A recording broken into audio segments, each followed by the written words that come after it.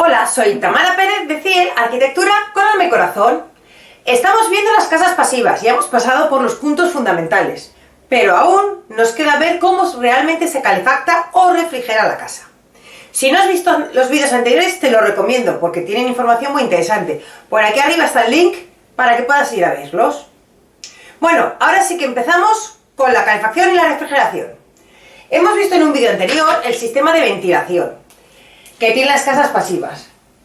Por recordar un poco, al final la máquina de ventilación tiene unos conductos con intercambiador de calor que hacen que la casa reciba aire a unos 16 grados centígrados en comparación de los 5 o los que pueda haber en el exterior.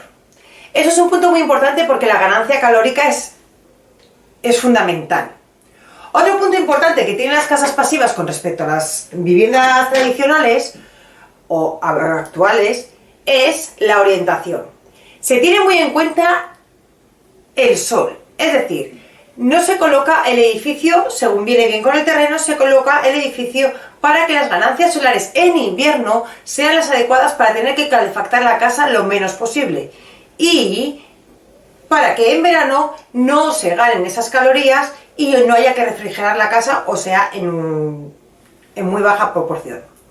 Bien, para este punto lo que se tiene en cuenta es, aparte de cómo está tu casa con respecto a norte, sur, este y oeste, para orientarla, si hay montañas que ejerzan sombra o arbolado o edificaciones. Entonces, hay que tener en cuenta que todo esto implica que a lo mejor tienes tu vivienda muy bien orientada, pero le da el sol de una montaña, con lo que esas ganancias solares no se dan.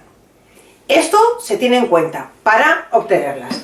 Se tiene tan en cuenta que cuando tenemos las ventanas, y esto es la fachada, ¿vale? Este es el exterior y este es el interior de la vivienda. Cuando viene el sol, aquí ejerce una sombra. Este trozo de ventana no está recibiendo ningún tipo de sol. Pues estas sombras se tienen en cuenta para calcular exactamente todas y cada una de las ganancias adecuadamente y así no tener decalajes en los cálculos. El tercer sistema para calefacción es un sistema convencional de calefacción. Me refiero a, pues se puede calefactar por radiadores, los adicionales que tenemos en casa con el gas, que son de elementos y demás. Lo único que estos radiadores, obviamente, si se ponen en la misma cantidad que en las casas en las que vive normalmente la gente a día de hoy, están muy sobredimensionados. Es decir, si normalmente tenemos 10 elementos, 8 elementos, 6 elementos y demás, en las casas pasivas pueden ser 1, 2 elementos o más elementos pero solamente en una habitación. No hace falta tanto. Se puede poner suelo radiante, que es unos conductos, ya sean eléctricos o de agua, que hacen zigzag por todo el suelo de la vivienda. En este caso puede ser un tradicional y en el Passive House se pondrían en mucha menor medida. Por eso, porque si no se produciría sobrecalentamiento y no es lo suyo. Se puede también poner bomba de calor, biomasa, se puede poner todo sistema de calefacción que se quiera, siempre y cuando esté dimensionado para una casa pasiva, que necesita alrededor de un 70% menos de calorías que una vivienda tradicional. Luego, a nivel de refrigeración, hay que tener en cuenta que, bueno, se puede tener un sobrecalentamiento, que quiere decir que la temperatura dentro de la casa está mayor de 24 grados, si este sobrecalentamiento se produce solo en una proporción menor al 10% de los días. Eso está permitido por el Passive House. En el caso de sobrecalentamiento, lo que se hace es ventilar, ya sea de forma mecánica o manual, es decir, se abren las ventanas para que haya corriente, sobre todo obviamente por la noche, que es cuando está la temperatura exterior más fresca, para que haya corriente por la noche, y esta apertura de ventanas controlada se puede hacer controlada por la persona abriendo y cerrando manualmente o con un sistema de domótica. Obviamente también se puede poner un sistema de refrigeración convencional tipo aire acondicionado para estos pocos días. Ya digo que el sobrecalentamiento no se puede dar en más de un 10% de los días. todos sabemos que lo que dice normalmente es que la temperatura en verano dentro de las viviendas debería rondar los 24 grados. Es decir, que tienes un 10% de los días con más de 24. Es muy poquito y con abrir las ventanas adecuadamente, que esto se calcula, tendrías más que de sobra. No te haría falta implementar nada, pero si quieres no hay ningún problema.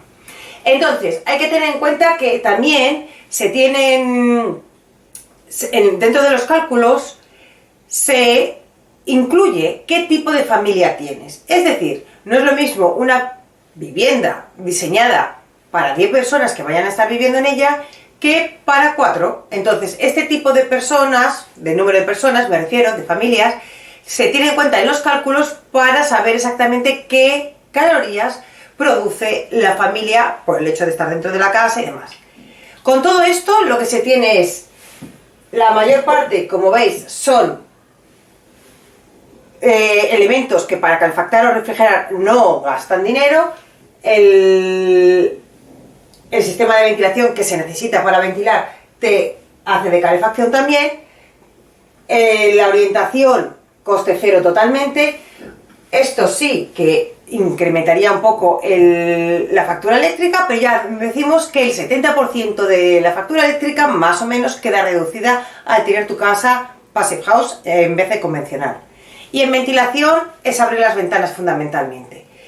Con lo que esto es un poco todo lo que hay que hablar respecto a calefacción y refrigeración de las viviendas. Y si tienes alguna duda, no dudes en preguntármela. Estaré encantada de oír tus comentarios y poder responderlos. Y en el próximo vídeo veremos las creencias que se tienen sobre las casas pasivas y que en realidad no son verdad. Suscríbete, no olvides darle a la campanilla y ¡hasta luego!